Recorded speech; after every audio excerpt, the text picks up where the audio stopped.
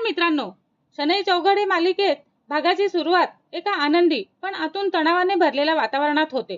पमा घरभर लगबग करत असते आणि स्वयंपाकघरातून छान सुगंध येत असतो. घरामध्ये सगळीकडे लग्नाच्या तयारीचं वातावरण असतं आणि मयुरी आनंदानेच इकडे तिकडे पळत असते आणि मोठ्या आवाजात म्हणते, आई, आज गौतम आणि त्यांचं कुटुंब येणार आहे ना आज? तेव्हा पमा हसतच म्हणते, हो ग, म्हणून तर सगळं नीट असलं पाहिजे ना. पण ह्या सगळ्या गोंधळात एक चेहरा मात्र शांत आणि हरवलेला दिसत असतो आणि तो म्हणजे अशावरीचा. अशावरी आरशासमोर उभी राहते आणि म्हणते की साधी साडी घातलेली असते. चेहऱ्यावरती जबरदस्तीचं हलकंसं हसू, पण डोळ्यामध्ये स्पष्ट वेदना आणि तिच्या मनामध्ये सतत विचार सुरू असतात. आणि ती मनामध्ये विचार करत असते का मी खरं योग्य करते आहे का. ती स्वतःलाच सावरायचा प्रयत्न करत असते, पण तिच्या डोळ्यातलं दुःख लपून राहत नाही. इतक्यातच बाहेर गाडीचा आवाज येतो आणि अनुश्री ही उत्साहाने ओरडते आणि म्हणते, आले आले. दार उघडताच गौतम आपल्या आईसोबत आत येतो आणि हातातच लग्नाची पत्रिका पण असते. घरामध्ये एकदम आनंदाचं वातावरण तयार होतं आणि पमा त्यांचं स्वागत करते, औक्षण करते आणि सगळेजण हसत गप्पा मारत असतात. तेव्हा गौतमची नजर मात्र सतत अशावरीवरतीच असते. अशावरी त्यांच्याकडे पाहते आणि घाबरत असते. ती शांतपणे एका कोपऱ्यामध्ये बसलेली असते आणि फारसं काही बोलत नाही. हे पाहून गौतम हलकसा हसतो आणि म्हणतो की तुमची मुलगी इतकी शांत का आहे? मी इतका भयानक दिसतो का? हे ऐकून सगळेजण हसायला लागतात, पण असावरी फक्त हलकसा हसते. गौतम खिशातून एक छोटासा गिफ्ट बॉक्स काढतो आणि म्हणतो, हे तुझ्यासाठी. अशावरी गोंधळात पडते आणि त्याच्याकडे पाहते आणि म्हणते, माझ्यासाठी? तेव्हा गौतम मान हलवतो आणि म्हणतो, हो, आता लग्न ठरलेलं आहे ना, पण तू अजूनही माझ्याशी नीट बोलत नाहीस, म्हणून हा मोबाईल आता तरी कॉल करशील मला. तेव्हा घरात सगळेजण पुन्हा हसायला लागतात, पण अशावरीच्या चेहऱ्यावरती गिल्ट स्पष्ट दिसत असतो. ती थरथरत्या हातांनी मोबाईल घेते. गौतम तिच्याकडे प्रेमाने पाहत पुढे म्हणतो की अजून एक गोष्ट बाकी आहे. तो दुसरा छोटासा बॉक्स उघडतो आणि त्यात सुंदर अंगठी असते. साखरपुड्याच्या दिवशी झालेला गोंधळ आणि तुला ती नीट अंगठी घालू शकलेलो नाही, म्हणून आज, असं तो म्हणत असतो. तो हळूवारपणे अशावरीच्या हातात अंगठी घालतो आणि अशावरीच्या डोळ्यात अश्रू जमा होतात, पण ती हे लपवण्याचा प्रयत्न करते. तेव्हा शर्वरीच्या चेहऱ्यावरती आपण पाहतो का ती हे सगळं पाहत असते, पण तिच्या मनामध्ये अपराधीपणा वाढतच जातो. आणि दुसरीकडे आपण पाहतो की एका शांत बागेमध्ये जय आणि शर्वरी समोरासमोर बसलेले असतात. वातावरणात तणाव असतो.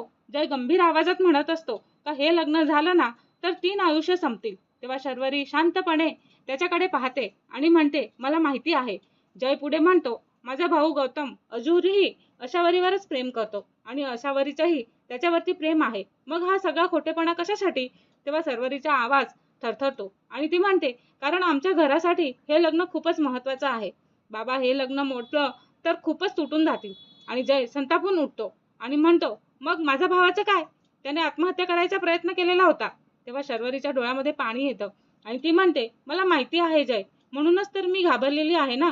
काही क्षण शांतता पसरते. मग जय ठाम आवाजात म्हणतो, एकच मार्ग आहे यावर. तेव्हा गौतमला सगळं सत्य सांगावं लागेल. हे ऐकून शर्वरी दचकून जाते आणि म्हणते, काय? नाही, हे कळलं ना तर सगळंच संपेल. जय तिच्याकडे सरळ पाहतो आणि म्हणतो, की खोट्यावर उभं राहिलेलं लग्न कधीच टिकत नाही.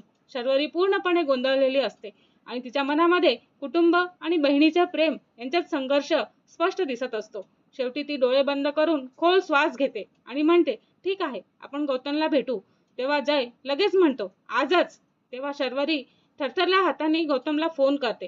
गौतम आनंदाने फोन उचलतो आणि म्हणतो, हॅलो शर्वरी, काही सरप्राईज आहे का?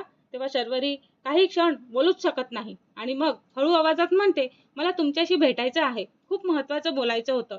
तेव्हा गौतम लगेच हसून म्हणतो, अरे वा, पहिल्यांदाच तू मला स्वतःहून फोन केलास, तर आपण नक्की भेटूयात.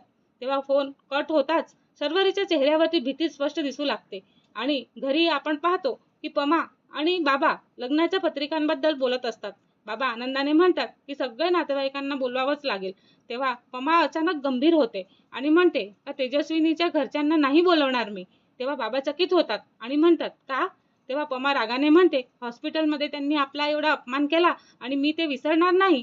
तेव्हा घरामध्ये पुन्हा तणाव निर्माण होतो आणि दुसऱ्या बाजूला आपण पाहतो तेजस्विनी एक गाडीमध्ये बसून समायराच्या घरी पोहोचते.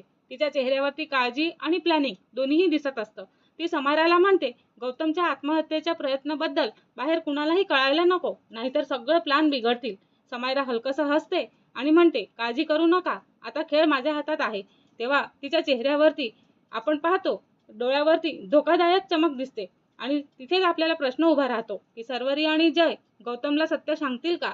अशावरीचे लग्न थांबणार का? आणि समायरा आता कोणता नवा डाव खेळणार आहे तेजस्विनी सोबत? तेव्हा पुढचा भाग आपल्याला आणखीनच धक्कादायक दिसणार आहे. तर ते बघण्यासाठी आमच्या चॅनलला लाईक, शेअर आणि सबस्क्राईब करायला विसरू नका. धन्यवाद.